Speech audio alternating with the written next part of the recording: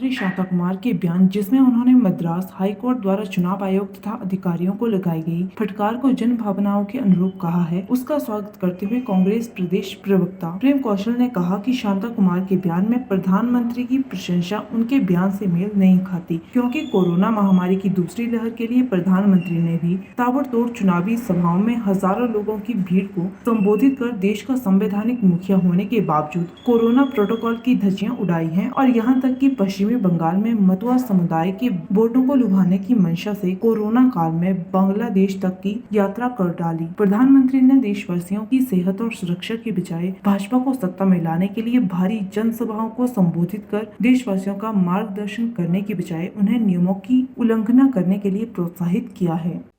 पूर्व मुख्यमंत्री शांता कुमार जी का एक बयान आज प्रकाशित हुआ है, जिसमें उन्होंने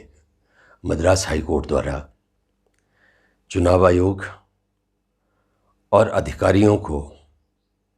फटकार लगाने के हाई कोर्ट के आदेश को जनभावनाओं के अनुरूप बताया है। शांता कुमार जी के इस बयान का मैं स्वागत करता हूं, परंतु अपने इसी बयान में शांता कुमार जी ने देश के प्रधानमंत्री आदरणीय नरेंद्र मोदी जी की तारीफों के पुल भी बांधे हैं और इस वजह से उनका यह बयान विरोधाभासी हो जाता है। कोरोना महामारी के जो हालात आज देश के अंदर हैं, जो भयंकर रूप यह महामारी आज देश के अंदर धारण कर चुकी है और जिस तरीके से एक कम्युनिटी स्प्रेड की तरफ ये तेजी से बढ़ी है, ऐसे हालात के लिए केंद्र की सरकार और प्रदेश दोनों सरकारें दोषी हैं और देश के आदरणीय प्रधानमंत्री देश के संवैधानिक मुखिया होने के बावजूद हाल ही में 5 राज्यों में जो चुनाव संपन्न हुए अथवा हो रहे हैं, उनमें लाखों की, हजारों की भीड़ एकत्रित कर जनसभाओं को प्रधानमंत्री ने संबोधित किया, देश के गृह मंत्री ने संबोधित किया। शांता कुमार जी, मैं आपसे जानना चाहता हूं कि क्या जो डिजास्टर मैनेजमेंट एक्ट है, उसके जो प्रावधान हैं, उसके जो नियम हैं, उसके जो कानून हैं, वो प्रधानमंत्री, गृह मंत्री, अन्य जो केंद्र के मंत्री हैं, मुख्यमंत्री हैं प्रदेशों के, क्या उनके ऊपर लागू नहीं होते? क्या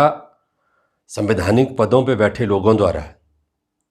उनकी उल्लंघना करना कानून की उल्लंघना नहीं है?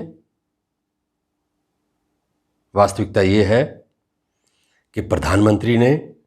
और भारतीय जनता पार्टी के नेताओं ने देश के अंदर देशवासियों की सेहत और सुरक्षा की बजाय भारतीय जनता पार्टी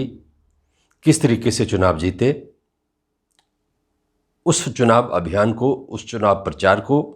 लाखों हजारों की भीड़ को एकत्रित कर जनसभाओं को संबोधित करने को प्राथमिकता दी।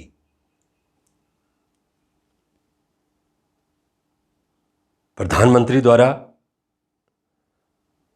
भीड़ को संबोधित करना, डिजास्टर मैनेजमेंट जब लागू हो चुका हो, लोगों को नियमों को तोड़ने के लिए प्रोत्साहित करने का एक कदम था। जब देश के प्रधानमंत्री, देश के मंत्री, देश के गृह मंत्री, प्रदेशों के मुख्यमंत्री स्वयं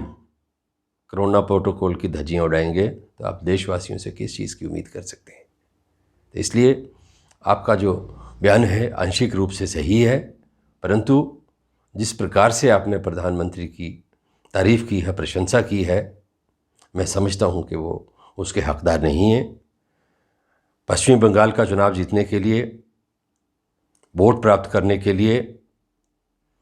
पिछले 1.25 साल में मात्र एक देश है जिसकी भारत के प्रधानमंत्री ने यात्रा की, और वो है बांग्लादेश। और वहाँ की यात्रा करने का जो मकसद था वो अब किसी से छुपा नहीं है। मतुआ समुदाय, जिसके 2 करोड़ के करीब वोट हैं पश्चिम बंगाल में,